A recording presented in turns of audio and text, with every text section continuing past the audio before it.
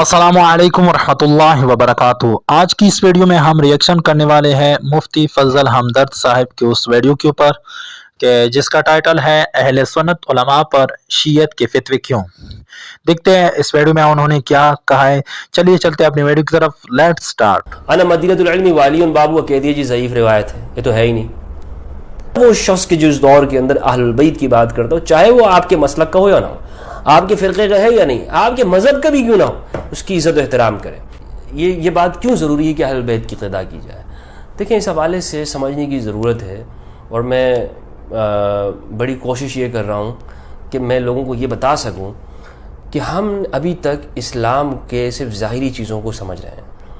अभी तक हमने यानी जो तालीमात हैं उस तक नहीं उतरी है हमारी मिल्लत इस्लामिया के अंदर। बड़े अफसोस की बात यह है कि जिन चीज़ों का हमें कहा गया, जो बुनियादी चीज़ें हैं, उनके ऊपर जाते हुए भी हमें खौफ होता है कि कहीं कोई फतवा लग जाएगा।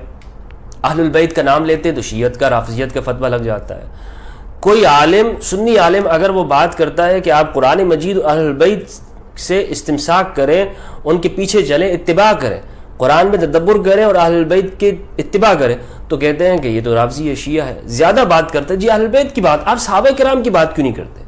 भाई अहलुस सुन्नत वल जमात सहाबा किराम रिदवानुल्लाहि अलैहिम अजमईन की इत्तिबा करते हैं, उनसे अदब करते हैं, उनकी मोहब्बत करते हैं। क्या ये काफ़ी नहीं है? ये बात, अहलुल बैत का मकाम अलग है।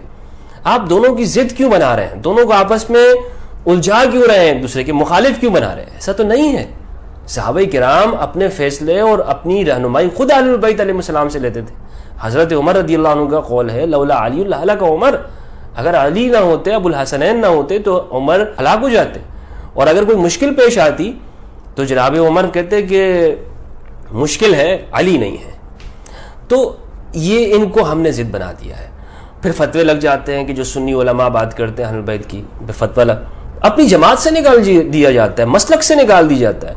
जी हमारे अहलुस सुन्नत वल जमात का ये मौक़िफ़ है कि जो ये बात करता है वो सुन्नी नहीं है, उसको निकाल दो, वो शिया हो गया, राफ़िज़ी हो गया। मौलाना तारिक जमील साहब हफ़िज़हुल्लाह, उन्होंने एक बड़ी बेहतरीन किताब लिखी है और अहलुल बैत से मोहब्बत करने वाले इंसान है। और मैं बावजूद मसले की इख्तलाफ के लेकिन उनकी बड़ी कदर करता हूँ, इज़्ज़त करता हूँ। और मैं सबसे गुजारिश करता हूँ, हर वो शख्स के जो इस दौर के अंदर अहलुल बैत की बात करता हो, चाहे वो आपके मसलक का हो या ना हो, आपके फ़िरक़े का है या नहीं, आपके मज़हब का भी क्यों ना हो, उसकी इज़्ज़त और एहतराम करें। क्योंकि अहलुल बैत मज़लूम है।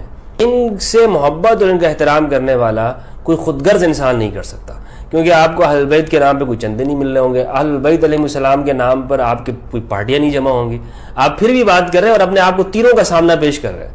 आप तीरों के सामने कर रहे हैं कि जी मुझे मारो, क्योंकि मैं अहलुल बैत की बात कर रहा हूँ। तो इसलिए कुर्बानी देने वाला काम है और इस पर बात करने वाला कुर्बानी देने वाला शख्स होता है।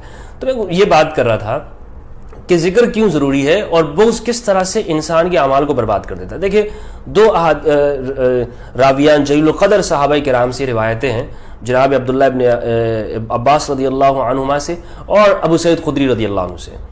ये जो रिवायतें हैं, लोग कहेंगे कि जी ये तो ठीक रिवायतें नहीं। उमूमी रवैया हमारा यही होता है कि कोई इस तरह बात होती है अहलुल बैत की, कह दिया जाता है ज़ईफ़ है। मन कुन्तु मौला व हाज़ा अलीयुन मौला अल्लाहुम्मा वाले मौला व आद मन आदम, कह दिए जी ये ज़ईफ़ रिवायत है। अना मदीनतुल इल्मी वालियुन बाबू, कह दिए जी ज़ईफ़ रिवायत है, ये तो है ही नहीं।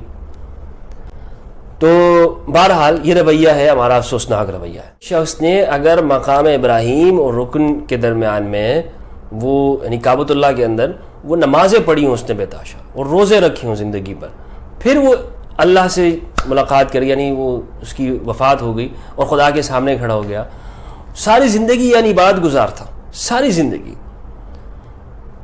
लेकिन उसके दिल में अहलुल बैत का बोझ था, अहलुल बैत का बोझ था। अल्लाह रब्बुल इज़्ज़त उसको जहन्नम में डाल देगा, उसके सारे अमाल ज़ाया हो गए, बर्बाद हो गया।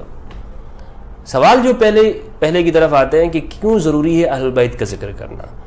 नमाजें भी पढ़े ना, नमाजें भी पढ़ता रहे, कुरान पढ़ता रहे, ज़रूरी क्यों है अहलुल बैत का बयान करना। अब देखें, इब्लीस जो है, मैं मिसाल ये देता हूँ, इब्लीस को क्यों रांदे दरगाह हुआ, क्यों उसको परवरदिगार ने निकाल दिया और उसको मतरूद कर दिया, उसको दुत्कार दिया। क्या उसका जुर्म था? क्या वो नमाज़ें नहीं पढ़ता था? क्या वो हज नहीं करता था? क्या वो खुदा की इबादत नहीं करता था? کیا اس کے گناہ کیا تھا, ایسا کون سا کام اس نے کیا تھا. باقی سارے اعمال تو وہ کر رہا تھا نا, یعنی سارے نیک اعمال اس کے پاس موجود تھے, بظاہر سب کچھ کر رہا تھا.